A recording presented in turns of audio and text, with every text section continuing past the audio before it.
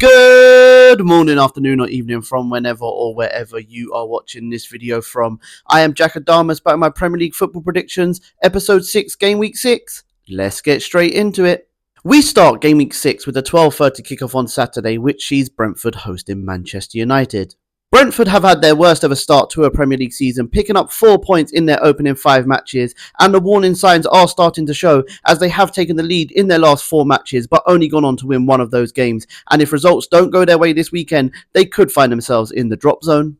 United got a good victory last weekend as they beat Chelsea, and now they have the opportunity to win back-to-back Premier League games for the first time since the end of the 23-24 season, but it will be a tricky task as they are winless in their last 7 league away matches. Although Man United have won 5 of the 8 Premier League head-to-heads between these two sides, only one of those wins did come on Brentford home soil, and I think they will have to wait for back-to-back wins in the Premier League this time round, as I can see this one ending in a 1-1 draw. To start the 3 o'clock kickoffs, we stay in London as we travel to Stamford Bridge as Chelsea host Brighton. Chelsea will be looking to bounce straight back from their first defeat of the season, and they will be favourites to do so as they return to Stamford Bridge, a place where they are undefeated in their last 12 home league matches, winning 9 of those games as well.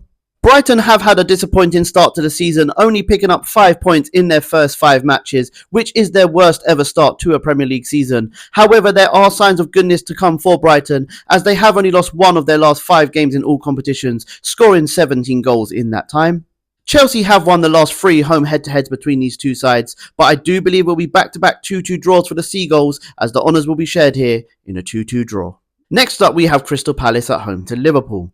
We travel to Selhurst Park, where we have the battle of the 2 teams still undefeated in the Premier League this season, and with Crystal Palace doing so in their first 5 matches, it is the first time they have done so since the 1990-91 season. Not only are Liverpool undefeated, but they hold a 100% win record so far this season in their 5 matches, and they will be looking to become only the 5th side in Premier League history to win their first 6 games of a Premier League season. However, given Crystal Palace's form, this could be their hardest game to date. But with Liverpool winning 9 of their last 10 visits to Selhurst Park, I think they will make it 10 out of 11 come full time, as I reckon they will get their victory here and they'll keep their 100% record intact in a hard-fought 1-0 victory. Next up, we have Leeds at home to Bournemouth. Leeds have surprised me so far this season as they sit on 7 points in their first 5 matches, and last time out they went to Molineux and they went 1-0 down, and they showed resilience to come back in that game and win 3-1, and they'll be looking to build on that this weekend. Bournemouth currently sit 4th in the Premier League, and they have been a surprise package to me, as I really did think they will struggle this season, but now they have their joint best start to a Premier League season, and they will be looking to build on that this weekend themselves. Leeds have won all 7 games they've played against Bournemouth on home soil in these 2 teams' histories, but records are there to be broken, and as I believe that both teams will go for this one, I can see this one finishing in a 5-goal thriller, with Bournemouth leading victorious with a 3-2 victory. And for the last 3 o'clock kickoff, we travel to the Etihad, where Man City are at home to Burnley. Although it's only early days in the season, Man City find themselves 8 points behind top place Liverpool, and with them only posting 7 points on the board this season, it is the worst start to a Premier League season since 2006-2007. They do hold a good record against newly promoted sides though. They have won 22 of the last 24 times they played a newly promoted side. The fixture list hasn't been kind to Burnley, as 4 out of their first 6 games have been against traditional top 6 teams in the Premier League, but the fact that they do sit with 4 points on the board is a decent outcome considering the teams they've played. City have won all of the last 13 head-to-heads between these two sides, scoring 46 goals and only conceding 2 in reply. Unfortunately for Burnley fans, I think that will continue here, as I can see Haaland getting a brace in a Man City 4-0 win. Moving on to the 5:30 kickoff on Saturday, we have Nottingham Forest at home to Sunderland. Forest are still looking for their first win under Big Ange, as in his first 4 games in charge, he has 2 defeats and 2 draws to his name, which makes him the first permanent Nottingham Forest manager since 1946 to go winless in his first 4 games in charge. Sunderland have started life back in the Premier League much better than most of us expected, as they currently sit 8th in the Premier League, and they showed resilience and how hard they will be to beat, as they did come back with 10 men to draw 1-1 with Aston Villa last weekend. Sunderland have had the better of Nottingham Forest in current games, as they have won 5 of the last 7 head-to-heads between these two sides, but in their first meeting in the top flight since the 96-97 season, I can see Big Ange getting his first win as Nottingham Forest manager, as I can see Nottingham Forest winning here 2-1. And the 8 PM kickoff on Saturday night sees Tottenham hosting Wolves.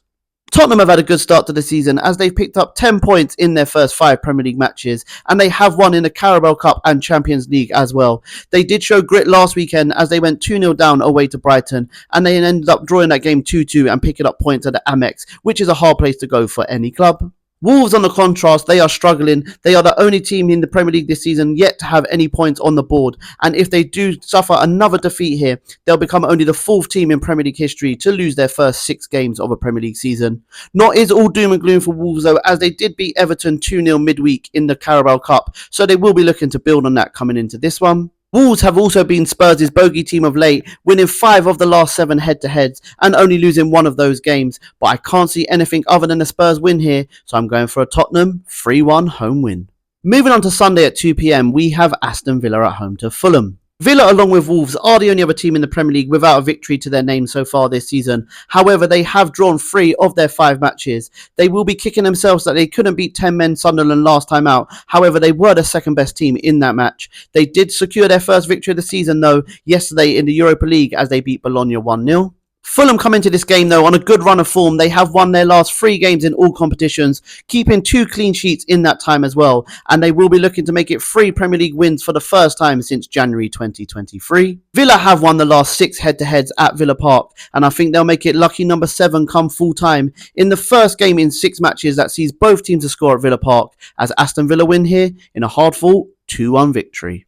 And the second game on Super Sunday is the 4:30 kickoff at St James's Park as we have Newcastle hosting Arsenal. Newcastle sit 4 points worse off than they did at this point last season, but that really does come down to the lack of goals they are scoring. They've scored 3 goals in their first 5 Premier League matches, 2 of which came in that 3-2 defeat to Liverpool. They do boost a good head-to-head record against Arsenal of late though. They have beat the Gunners 3 of the last 4 times they've played them.